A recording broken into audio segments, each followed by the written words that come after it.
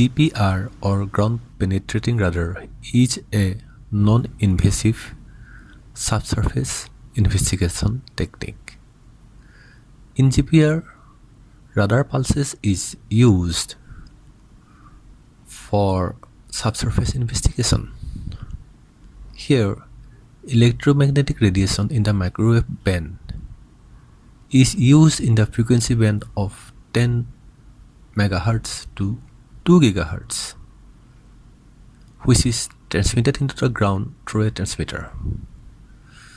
The traveling wave then gets reflected and refracted and also scattered back by the buried objects by the different reflectors, which travels back to the surface and is recorded by the receiver.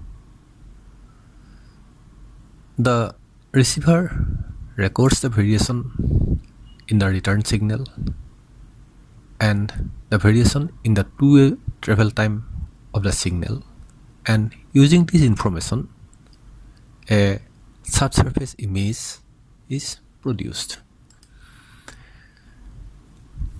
GPR signal, so it carries basically two information. First, how quickly the wave traveled, and secondly, how much energy is attenuated.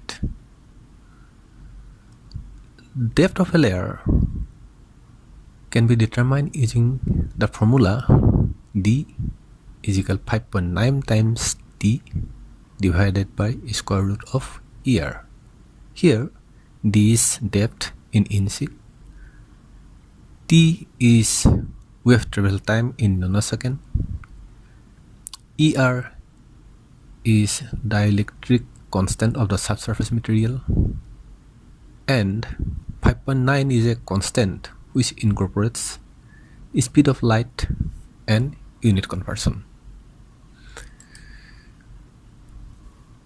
GPR depth penetration depends basically on the frequency of emitted wave, that is the frequency of antenna we use, conductivity of the subsurface layer, and the transmitter power. Generally, for detection of small and shallow buried object, we can use high frequency antenna. For geological purposes, we usually require greater depth penetration, and therefore low frequency antenna is used. Here,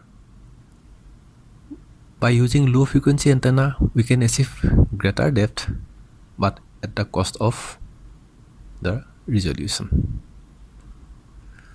Higher the conductivity of the material and lower is the depth penetration of GPR signal.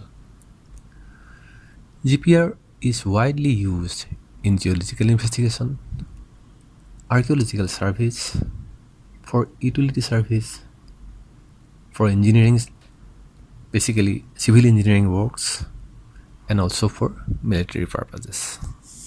This is a ground penetrating radar system.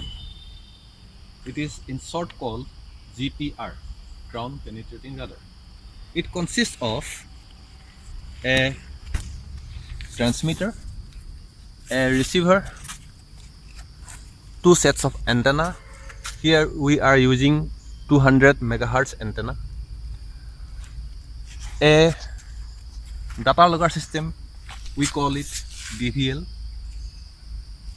It controls the whole system as well as it records the data. The system is powered by a battery, this one.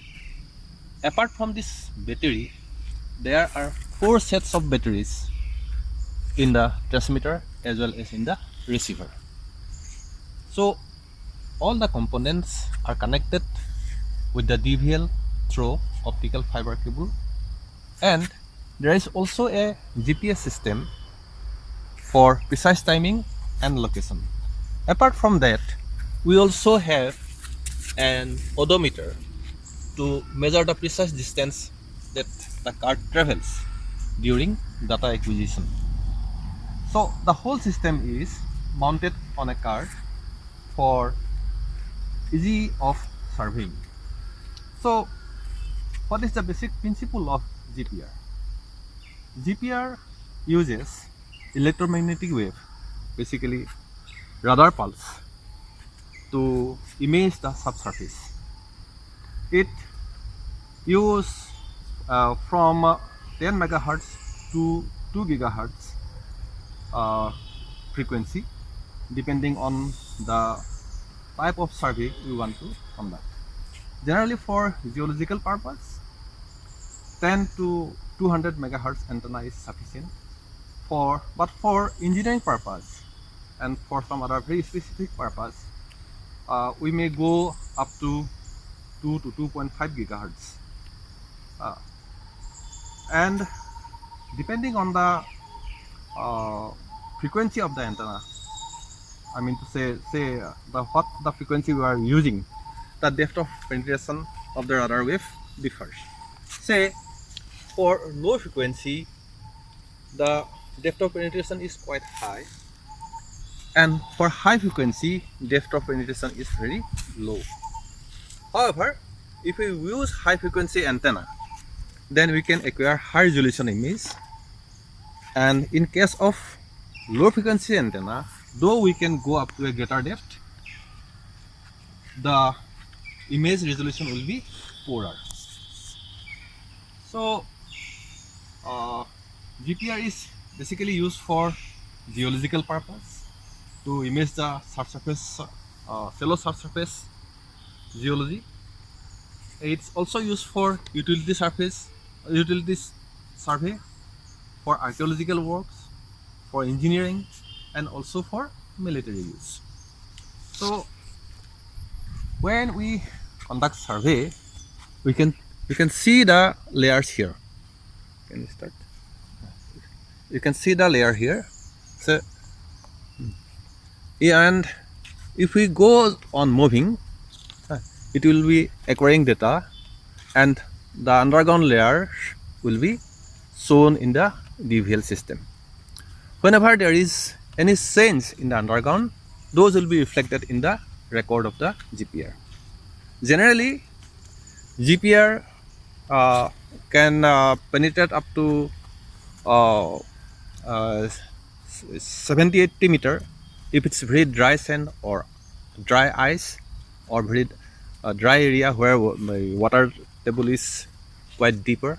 But in case of geology, where the subsurface is highly saturated by groundwater, and if it is consists of clay material which is more conductive, then the penetration of the GPR is drastically reduced. So GPR penetration depends basically on two facts. One, I have already told, that frequency of the antenna. The higher the frequency of the antenna, the lower is the penetration of depth, but higher the resolution of image. On the other hand, higher the conductivity of the material, lower is the depth of penetration. So in a concise note, this is all about a GPR system. So thank you for your patience hearing. That's all.